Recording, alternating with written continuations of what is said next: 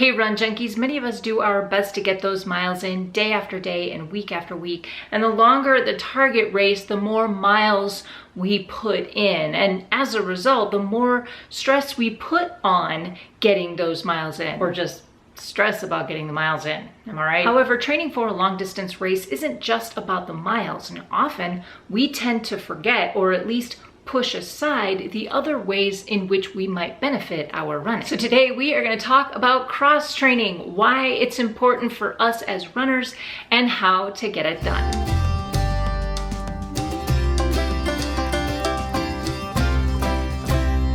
So if you're like me, you look at your training plan and you see all of the workouts within the plan, and you look at certain workouts and say, these are my priority workouts. These are my no matter what, I'm going to get these done.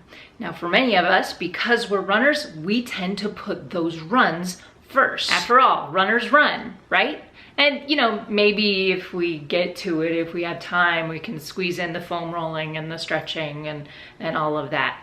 By the way, you can totally get that in, and check out this video to find out how. But what about cross training? When cross training appears on our plan, what does that mean exactly? So often that term cross training is ambiguous and vague. There's running, which we know what that is, and then there's cross training, and that is so wide a range of activities that when we come across it, we don't exactly know what to do with it. And in addition, to make it more complicated, many running plans will call cross training as optional.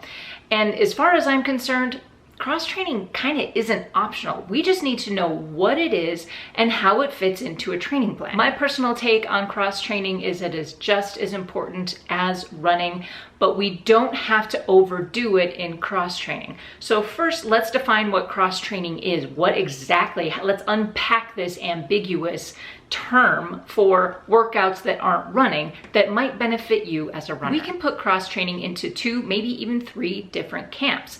So first of all, you have cardiovascular cross training.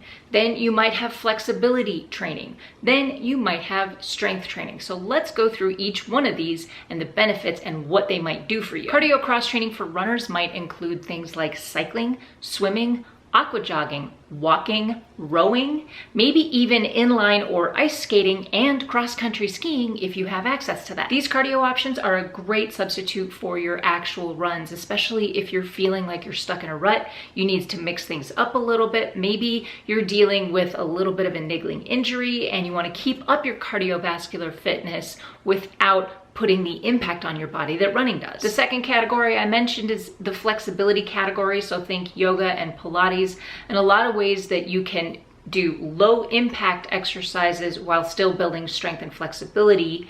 And this is a great way to stay loose as a runner too, because over time, all of that running will just tighten up your ligaments and your muscles. And yoga is a really great way to loosen things up a little bit. Now, Pilates is one of those that falls into the third category of strength training. Yoga and Pilates can also fall under this category as well, depending on what your focus is for that particular workout. Now, you might also have access to a TRX suspension trainer, weight machines, or free weights or handheld weights. You might also have access to resistance bands that will help you do sort of physical therapy exercises that are pretty handy for runners anyway. And strength-based exercises are a great way to build, yes, strength, but also endurance and power that will benefit you as a runner. Leg work like lunges and squats will help you build that leg strength and that glute and hip strength that will propel you forward as a runner.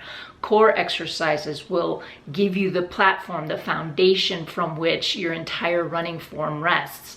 And even some upper body work will help with arm swing, which will help you be more efficient as a runner. So what does cross training do? Why is this so important? If I'm training for a marathon, I need to get the miles in. Why is it so important that I do a TRX suspension trainer workout or do some swimming in the pool? Cross training develops fitness in other areas of the body that are basically just neglected when we are running exclusively. That total body fitness gives us a balanced body. As a result, it helps reduce the risk of injury when more muscle groups are carrying the load during our run. Another benefit is that it can support your overall cardiovascular fitness, and you don't even have to go running. So if you do some cycling or swimming, you're still working your heart pretty hard, but with much lower impact. So you can keep developing that cardiovascular fitness and that oxygen delivery system to your muscles, so you are still training your heart to work efficiently while reducing the impact. If you do get injured, and this is actually personal to me, this happened to me recently,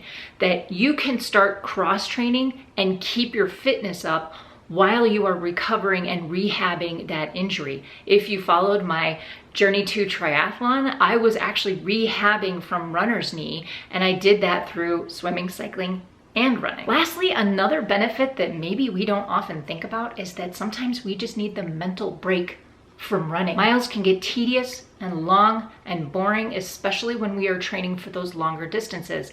Those longer distances require more miles and a longer training plan. And cross training just breaks up the monotony. And when we can tap into the seemingly limitless resources available to us, especially the ones here on YouTube, it keeps us engaged in our training plan. It mixes it up a little bit, and it alleviates the boredom and the burnout. Now, there are some challenges to cross training, some that I run into myself, and one of those things is that cross training is hard to quantify sometimes, especially if you are mixing it up among different sports. For data nerds like me, runs are easy. You can look at a run in terms of miles and pace and time. But if you're looking at cross training, on this day I did some swimming, on this day I did some cycling, then I did some TRX, and then I did some yoga, and then I did some weightlifting, it's not necessarily quantifiable across all of these sports. And unless you are extremely detail oriented and track all of the information, and you actually go back and look at that information, it might be a challenge to see results and improvement. But let me challenge you to do this. Let's just say that you do a 10-minute core workout 3 days a week for 1 month. Chances are you will notice a difference on your runs. You may or may not see pace improvement, speed improvement, but you might notice that, hey, this run used to feel hard, now it feels a lot easier. That's your cross training. It's also easy for us to let cross training slide in the middle of a long distance training plan, a marathon plan, half marathon, goofy, dopey challenges, ultra distance. It's easy for us to kind of let that slide because we are placing so much emphasis and so much importance on those runs. We just have to get those in no matter what, right? Now, we can get away with that cross training slide a little bit.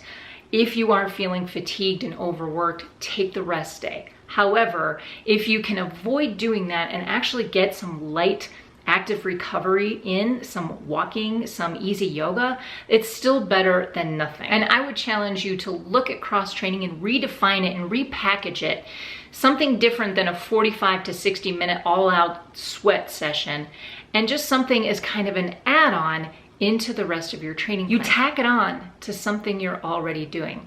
Now, here are a few examples. Add 10 minutes of core work after a few runs during the week, 2 to 3 times a week. You can spend 5 minutes with your resistance bands. These are super inexpensive on Amazon. I'll leave a link in the description below. 5 minutes after every run just to build up your glute and hip strength. You can substitute an easy swim or cycling workout for an easy run. Whatever time you are going to spend on that run, you spend that time in the pool or on the bike, or even go for a walk. You could add in active recovery. Like I mentioned, walking and yoga sessions. These are great to get your body moving and the blood flowing, but keeping the impact low. This is shown to aid in recovery from those tougher workouts, much better than just holding down the couch. Cross training does not have to be much, and this is where I want to reframe what cross training can actually be.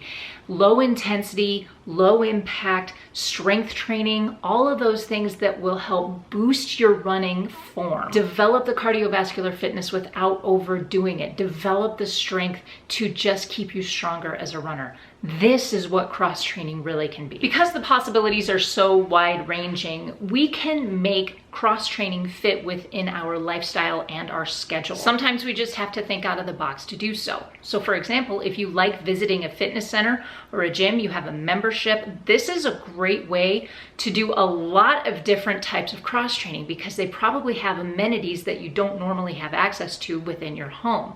On top of that, there's a social aspect to a fitness center or gym, and you can have that accountability with people you meet or know there. However, maybe you don't really like going to the gym, or you don't have one close by, you don't have a membership.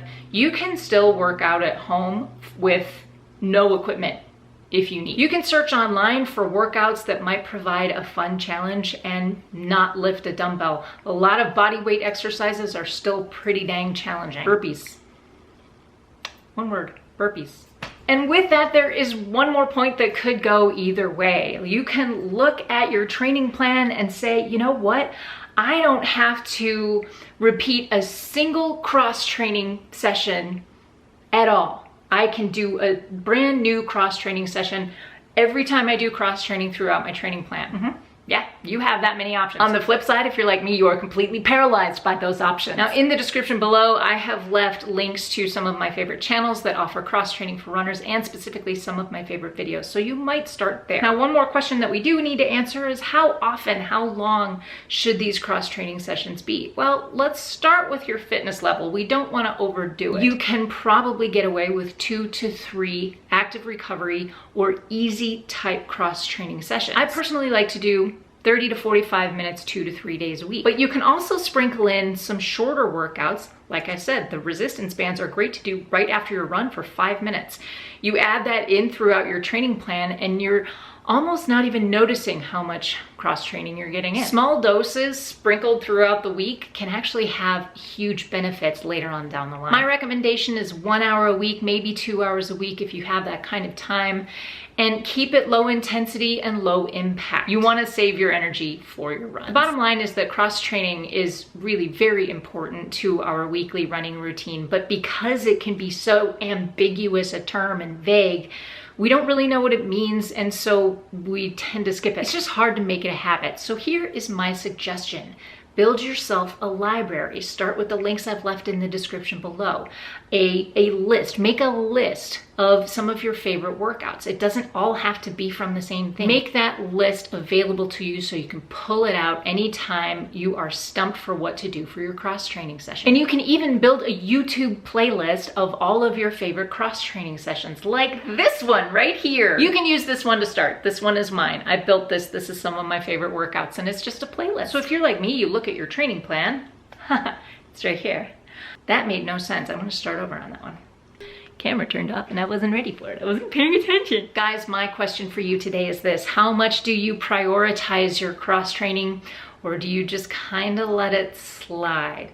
Please leave thoughts, questions, comments, and suggestions in the comment section down below. Don't forget to subscribe if you haven't already. That's gonna be it for me today, you guys. Thanks so much for watching. Next week, we are talking all about nutrition and running. Until next time, go find your awesome and happy running. And cross training, and swimming, cycling, all that.